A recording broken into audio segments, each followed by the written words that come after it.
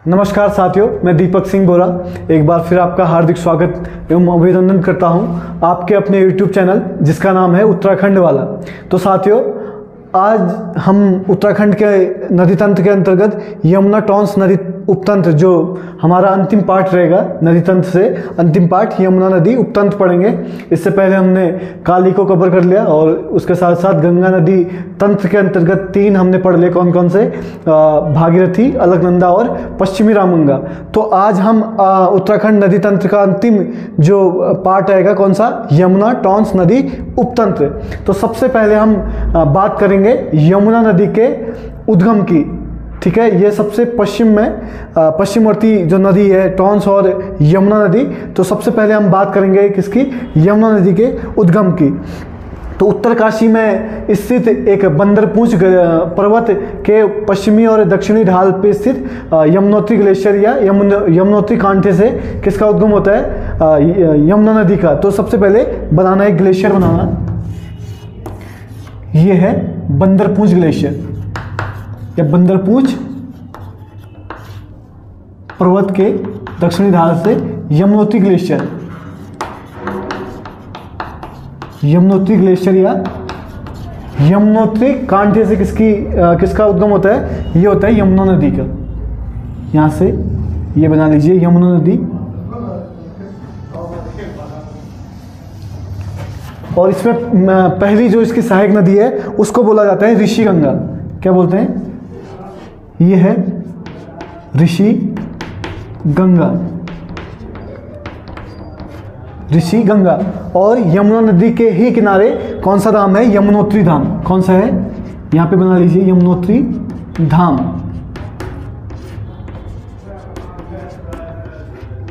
और जहां पे यमुना और ऋषि गंगा का संगम होता है उस स्थान को बोला जाता है जानकी चट्टी। यहां पे लिखना, इसको बोलते हैं जानकी चट्टी।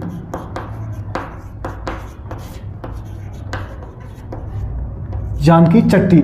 और इसी स्थान से लगभग 8 या 9 किलोमीटर की जो पैदल यात्रा होती है यमुनोत्री धाम के लिए होती है। जानकी चट्टी से पैदल मार्ग जो यमुनोत्री धाम तक पहुंचा जा सकता है। तो पहली ट्रिब्यूटरी कौन सी होगी? ऋषि गंगा। अब इसकी दूसरी ट्रिब्यूटरी लिखना हनुमान गंगा। ये लिखना हनुमान गंगा। और हनुमान गंगा और यमुना नदी का जो संगम लिखना, उस स्थान को बोला जाता है हनुमान चट्टी। इसको बोलते हैं हनुमान चट्टी। एक हनुमान चट्टी जो हमने अलकनंदा नदी के किनारे पढ़ा था, जो चमोली में था। दूसरा हनुमान चट्टी उत्तरकाशी जनपद में। अब इसमें जो तीसरी नदी मिलती है उसको बोला जाता है कमलगाड़। यमुना में तीसरी लिखना कमलगाड़, कमलगाड़।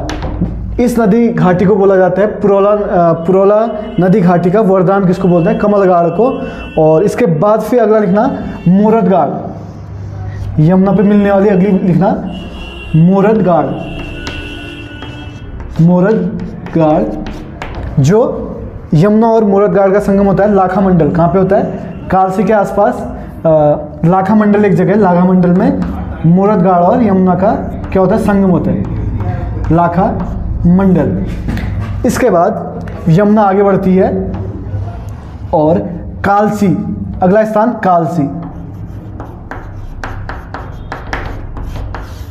कालसी जहां पे यमुना और टॉन्स नदी का संगम होता है। और यहीं से अशोक के जो 13 शिलालेख थे उनमें से एक शिलालेख जो 1860 में फॉरेट ने खोजा था इसी स्थान पे कालसी। और इसका प्राचीन नाम, इसको सुधनगर या कलकूट नाम से इसको संबोधित करते हैं कालसी को। और यहाँ पे अब जो नदी मिलेगी टॉन्स नदी। कौन सी मिलेगी? टॉन्स नदी।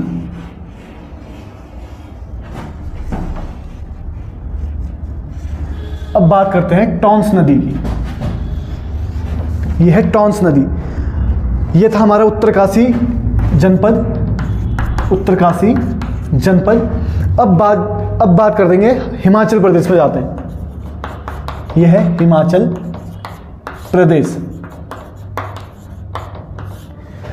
हिमाचल प्रदेश में एक नदी आती है जिसको बोला जाता है रूपिन नदी। रूपिन नदी। और हिमाचल प्रदेश में ही एक पर्वत श्रेणी है जिसे बोलते हैं दादरा क्वाटा श्रेणी। क्या बोलते हैं? दादरा क्वाटा पर्वत श्रृंखला श्रेणी। यहां से निकलती है रूपिन नदी और उत्तरकाशी में स्वर्गरोहिणी पर्वत, जो हमने पढ़ा था स्वतंत्र ग्लेशियर के ठीक पीछे स्वर्गरोहिणी पर्वत, जो उत्तरकाशी और कुछ हिस्सा चमोली में है, और यहीं से पांडव स्वर्गवास को गए थे। स्वर्गरोहिणी पर्वत से निकलती है, यह स्वर्गरोहिणी पर्वत से निकलती है सुपिन नदी। यह है रूपिन और यह है सुपिन, दो नदियां। उत्तरकाशी के स्वर्गरोहिणी पर्वत से निकली सुपिन और हिमाचल प्रदेश के दादरा क्वाटा पर्वत श्रेणी से निकली रूपिन नदी। अब जहां पे ये दो नदियां मिलती हैं उस स्थान को बोला जाता है उत्तरकाशी में नेटवार। क्या बोलते हैं? नेटवार। उस स्थान को बोला जाता है नेटवार। रूपिन और सुपिन मिलने के बाद ये नदी बन जाती है टॉन्स नदी। फिर बोला जाता है इसको, क्या बोलते हैं? ये टॉन्स नदी। ये है टॉन्स नदी, टॉन्स नदी। और हिमाचल प्रदेश और उत्तरकाशी और कुछ उत्तरकाशी में और कुछ देहरादून में बॉर्डर बनाती है, अंतर्राज्यीय बॉर्डर बनाती है। किसका? उत्तराखंड और हिमाचल प्रदेश के बीच। कौन? टॉन्स नदी। और इसमें एक नदी मिलती है बीच में, पावर नदी। टॉन्स में कौन सी नदी मिलती है? पावर नदी। पावर नदी जो ट्यूनी नामक स्थान पे टॉन्स में मिलती है। और यह स्थान क्या बोलते हैं? इसको ट्यूनी, इसको बोला जाता है ट्यूनी। ठीक है। और इसी टॉन्स में कुछ इंपॉर्टेंट जो महत्वपूर्ण परियोजनाएं बनाई हैं। कौन सा? पहला कौन सा है? किसाऊ बांध। किसाऊ बांध इसी में, किसाऊ बांध, जो हिमाचल प्रदेश सरकार और उत्तराखंड सरकार के बीच संयुक्त परियोजना है। कौन सा बांध हो गया? किसाऊ बांध। और नेटवार से कालसी तक इसकी लंबाई कितनी है? टॉन्स की 148 किलोमीटर, 148 किलोमीटर। और इसके बाद नीचे कालसी में किससे मिलती है? यमुना से।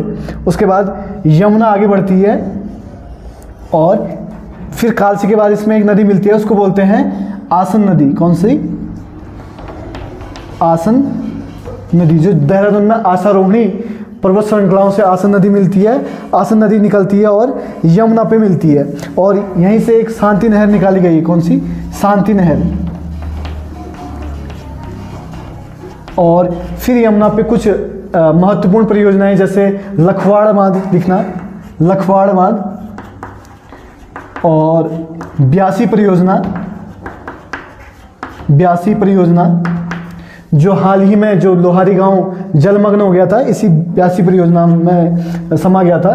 और उसके बाद खोदरी है, और फिर आपका ढालीपुरा है, और ढकरानी परियोजना है। ये सब किस में? यमुना नदी में। उसके बाद अंतिम जो ढालीपुरा के बाद ये उत्तर प्रदेश में एंटर करती है। कौन सी? हमारी यमुना नदी। और यमुना नदी को पुराणों में सूर्य की पुत्री और यम की बहन और कृष्ण की पटरानी करके संबोधित किया गया है। और यमुनोत्री ग्लेशियर से ढालीपुरा तक यह राज्य में 136 किलोमीटर बहती है। कौन?